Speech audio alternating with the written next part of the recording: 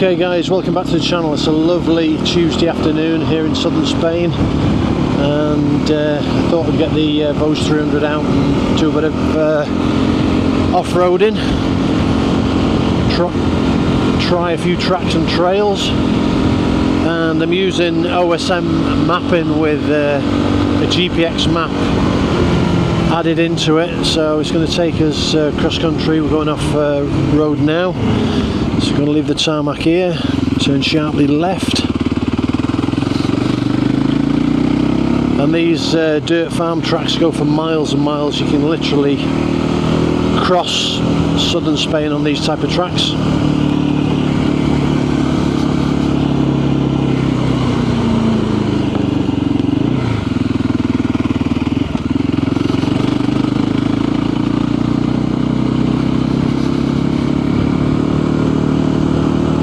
Like military doing training.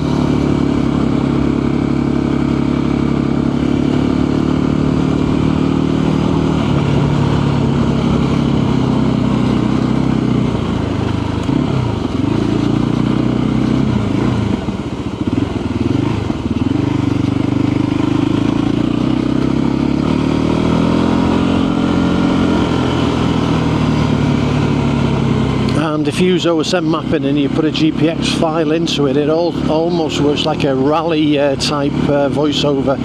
So every single turn on the road, it's giving me turn left, turn right, in increments of about 2 or 3 seconds. So it's quite a good mapping system once you get used to using it. And most of the trails in Spain are mapped out by other users, so they're sharing maps and trails.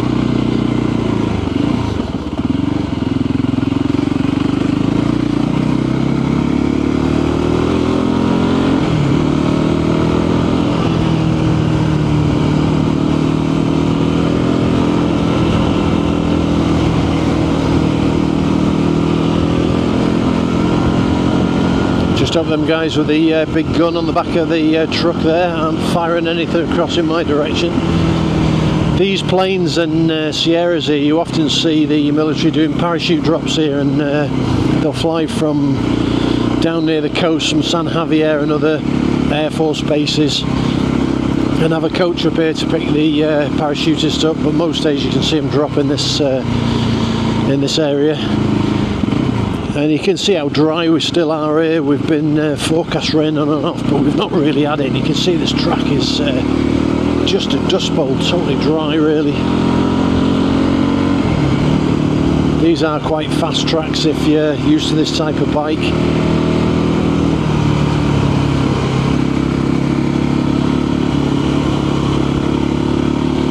The loose stuff tends to be in the middle and not in the 4x4 prints on the side or the tractor trails on the side.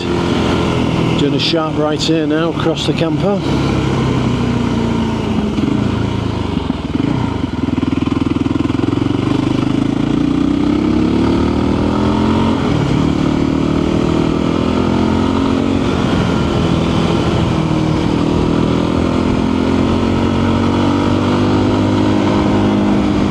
Places it's that compact you would almost think it was tarmac, but it is mud.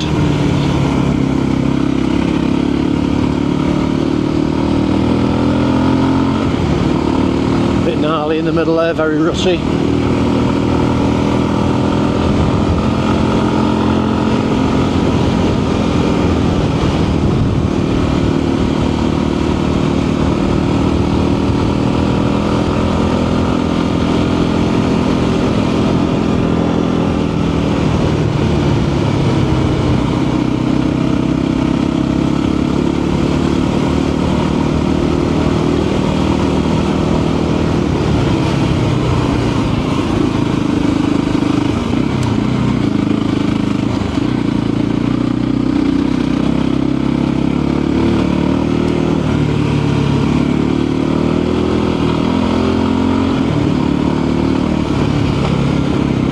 Really is a great off-road track if you just want basic off-roading. Quite gnarly and lots of ruts and lots of dips, but it's I would class it's fairly early stage beginner, intermediate if you're used to dirt riding. It is loose, there's a lot of loose sand on here, but there are some compacted areas, and it's quite a good fun track to ride quite quickly. Actually, you can scoot along on it, you know, doing 70 kph, 80, 70, 80.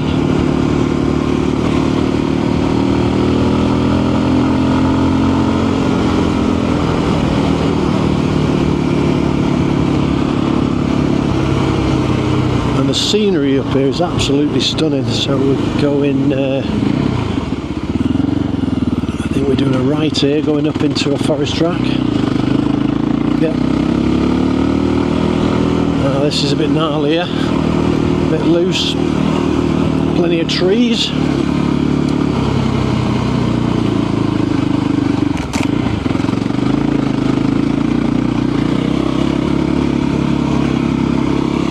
Out the seat.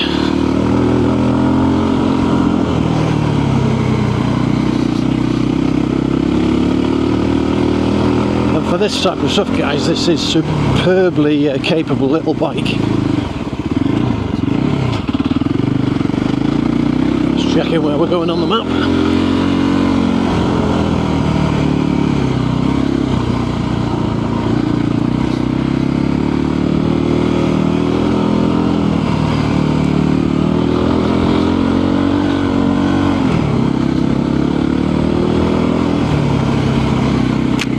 There, a few trees in the way.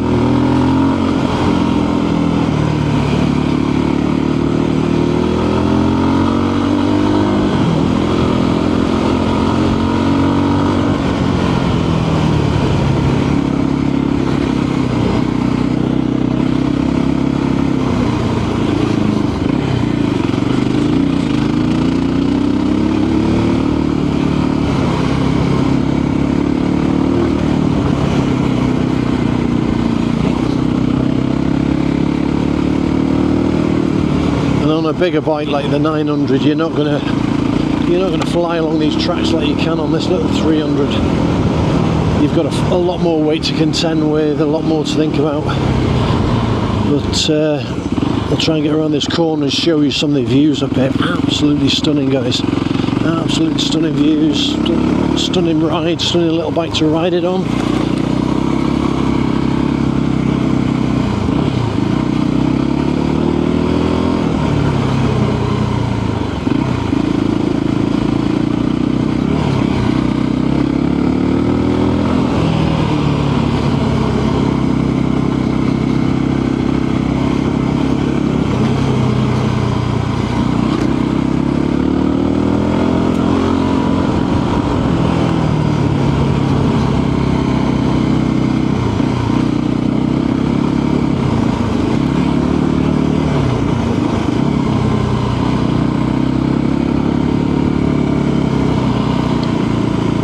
So although there's a bit of heat haze over there, you can see some stunning views over towards the Sierra Spugna there, the other side, mountain range in the distance.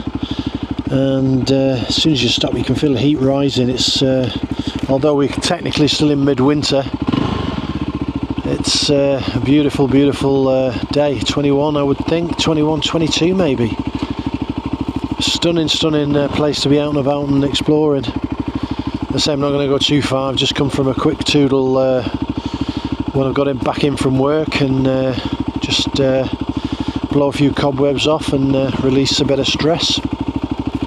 I was going to make a video for you guys on the 900 DSX and the connections to that via the screen. There's actually 4 connections. There's 2 Wi-Fi connections and 2 Bluetooth connections, and I probably will do a video going through all the connections and how they function and how they work, and I'll do that in a short video for you very shortly. But today it's about enjoying this little burrito, as I call it, the little donkey.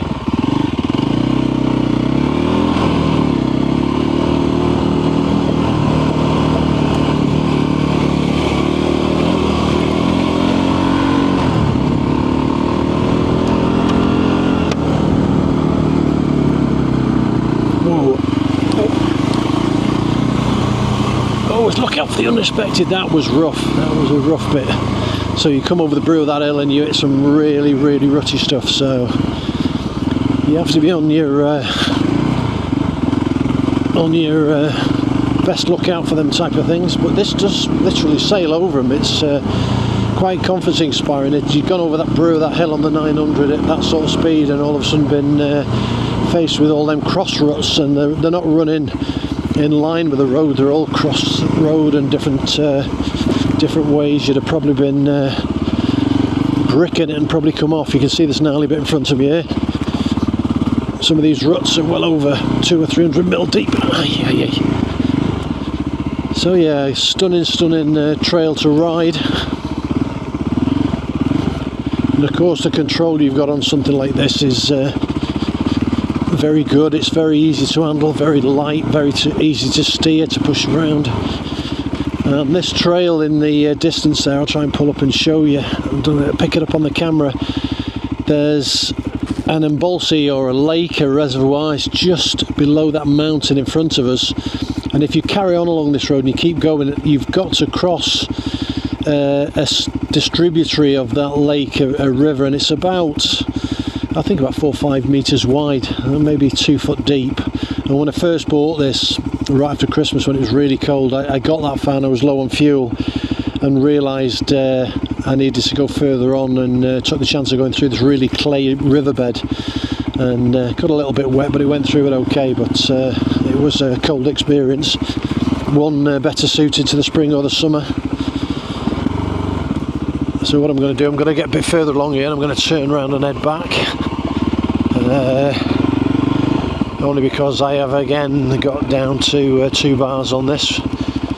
You can see some of the ruts here. That's well over 18 inches deep there. So what we're going to do now is try and turn around here, across this deep rut, and head back. But you can see some of the stunning scenery. In fact, I think I'll go a bit further on so you can see around the corner.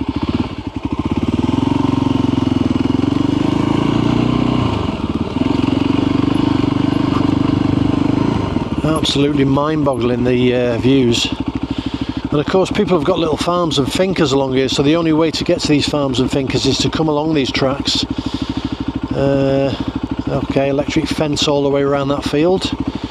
I don't know if that's to stop maybe deers or whatever going in there and nibbling the new almond trees they've put in, but there's a sign there, don't touch,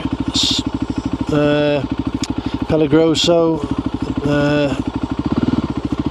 danger of death.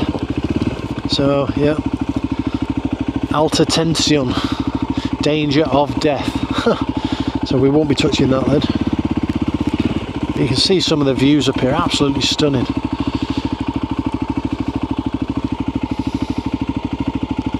So guys, I'm going to head back the other way. I'm not going to go across the river today and further on to Kalispara in the distance there, but certainly for a day out with all you need in your backpacks, you can pretty much head to wherever you want to go in this part of the world. It's fantastic scenery.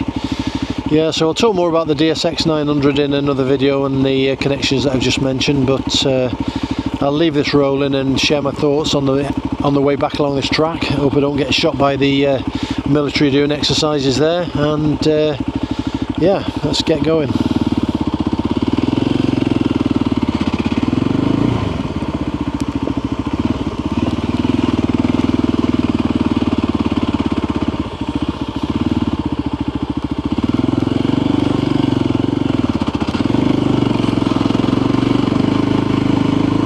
Rutty part of the track again.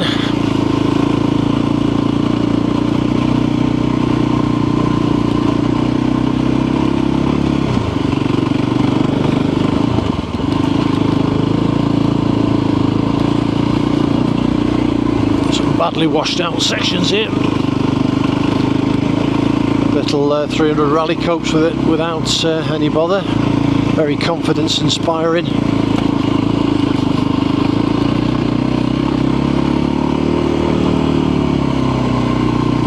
Again, big rut there, that's the one we came down before and it nearly threw us off.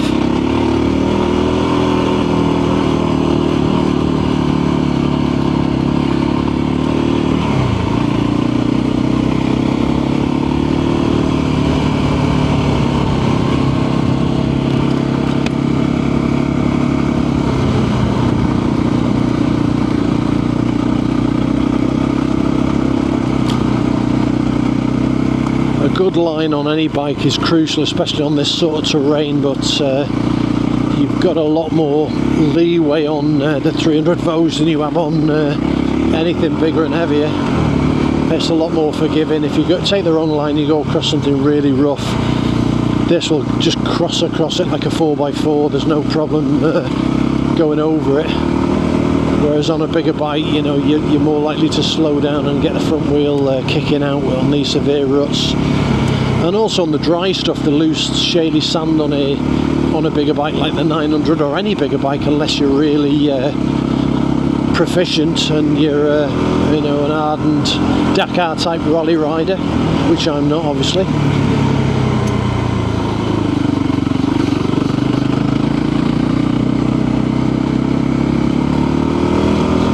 What I enjoy about this Voge 300 Rally is the plushness of the suspension, but at the same time being really capable at handling rough situations and getting you out of those situations fairly easily.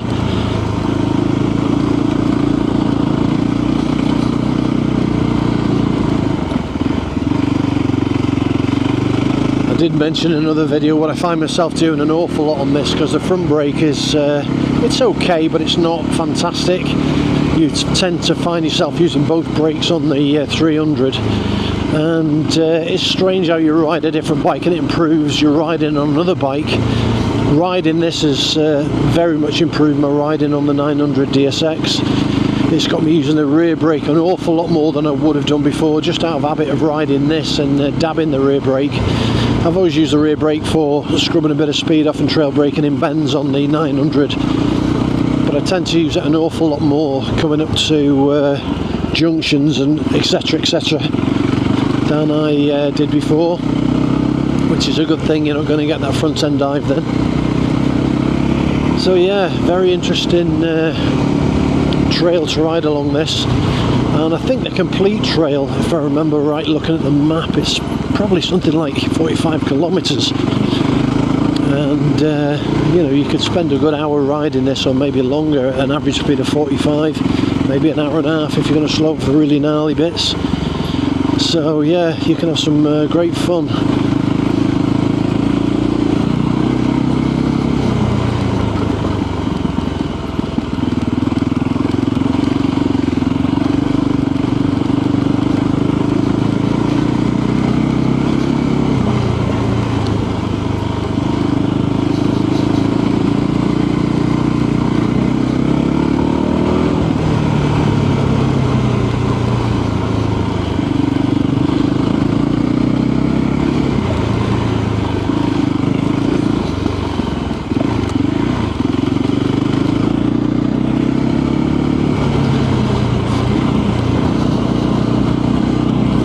The good thing is we were following a route going the other way, but when you're coming back, although we're not following a route now, we're not navigating, I'm not getting any instructions at all, but I can see the red line that's been put on the GPX map on the phone by somebody else, and I can follow the route back quite easily by following the red line. We're back out on the open plains now, the compacted mud.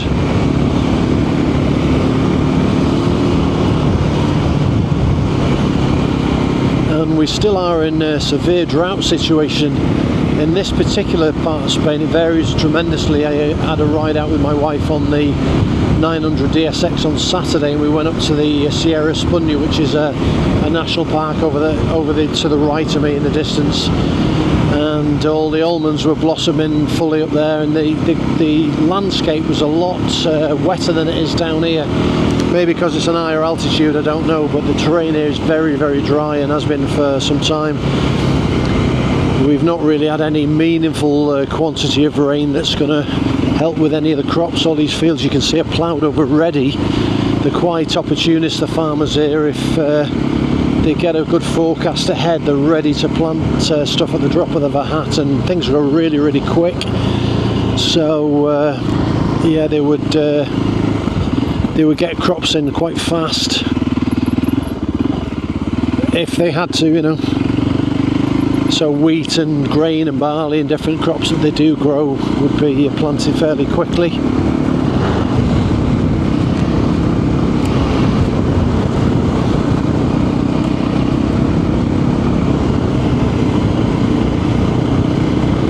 To the right of me there, and on the left, all these trees are almond trees, and they blossom at different times during this lead up to spring, depending on what type of almond they are and the altitude and type of terrain they're in. Like I said, on the road I was on into the Sierra Spuntia, they were already in full flower and full blossom there. But down here they're just about starting. A few near my house are in full flower, but not many.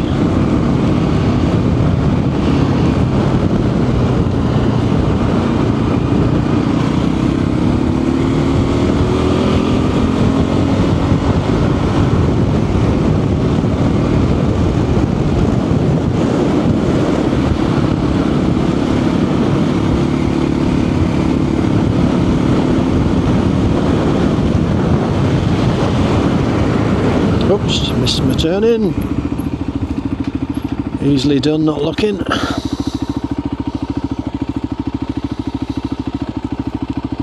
Spin it round here.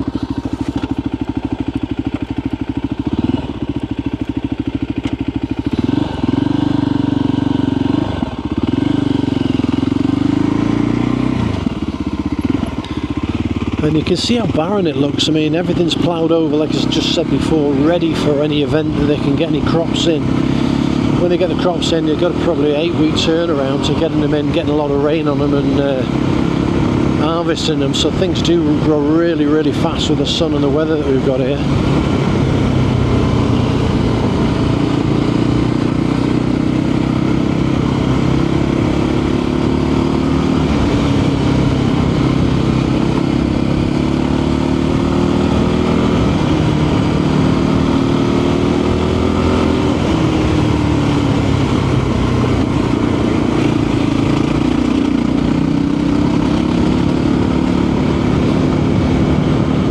Going through that bend there again, if you're not used to off-road riding, especially on a bit of sand like that, you do get a lot of shimmying going through the bend, but with the lightness of the bike and the way you can control the back end, you can control it, pull it back very, very quickly.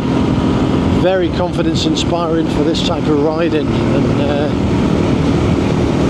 like I said before, if I was on the 900 coming along here, I would do it, but I'd be a bit more trepidatious than I am on this bike.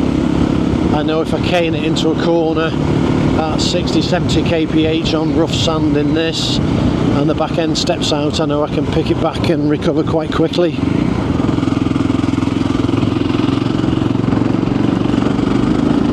Just checking on the map we're going the right way.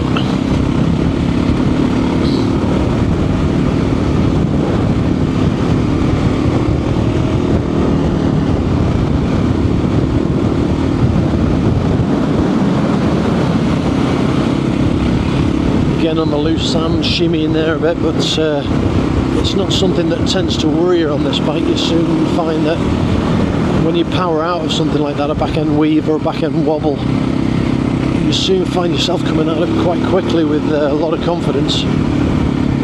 Back to the army guys, and they've got it pointed my way now.